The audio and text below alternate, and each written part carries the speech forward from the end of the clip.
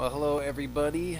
Welcome to Money Talk with Dave. The reason I started doing this um, little clip here is I've actually received a lot of questions via email, and I've had a chance to respond to pretty much all of them. And what I've decided to do to help everybody out here was each week or so publish a couple of questions that seem to be pretty pertinent to what's going on in today's society.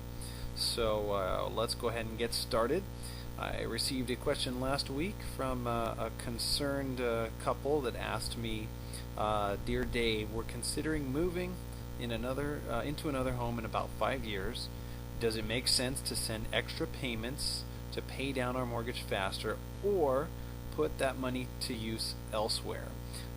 Very good question. A lot of people who buy a home today, or especially over the last 2, 3, 4, 5 years, sort of got into maybe play the game as far as ride the market and try to make a profit on the home and maybe move into something different a little bit later on. So and traditionally, a lot of people don't stay in their homes for 10, 15, 20, 30 years like they used to. A lot of people move. So my answer to that question is if there is extra money in the budget, what we want to do is attack the highest interest rate first.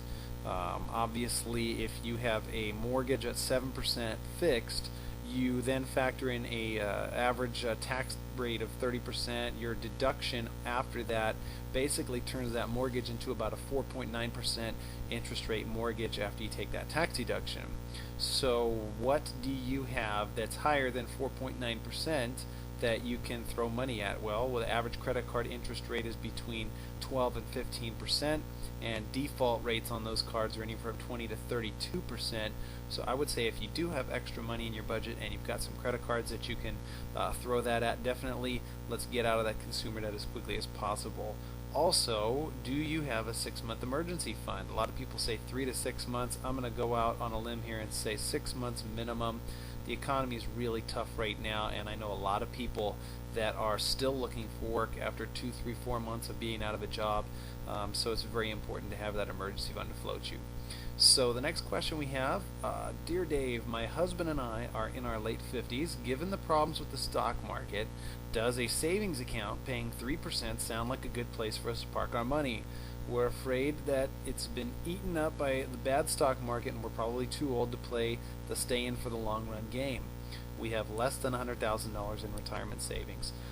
Good question. With the market down as much as it is, and if you do have a short time span for retirement, you've got to really be careful about the money that you've worked so hard to save up. So my answer to this question is absolutely play it safe for now. The question is do you have more than 10 years to go? Well, in your mid to late 50s, I'm assuming that they're going to try to retire around 65.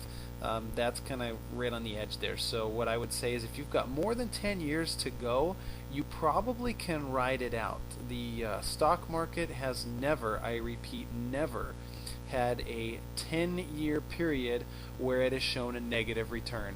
So in our country's history. So if you've got more than 10 years to go, let the market do its thing. You're probably going to end up with more money in 10 years than you have now.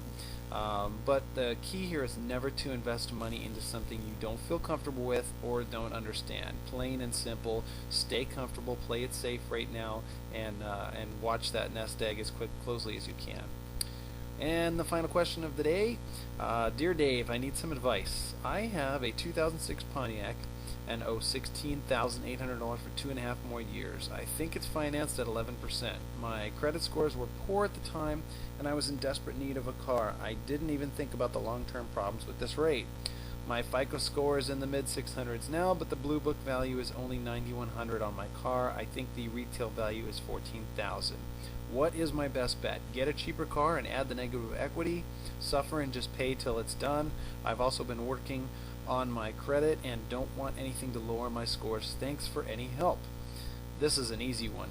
suck it up and pay off that loan. You've got 2.5 years to go.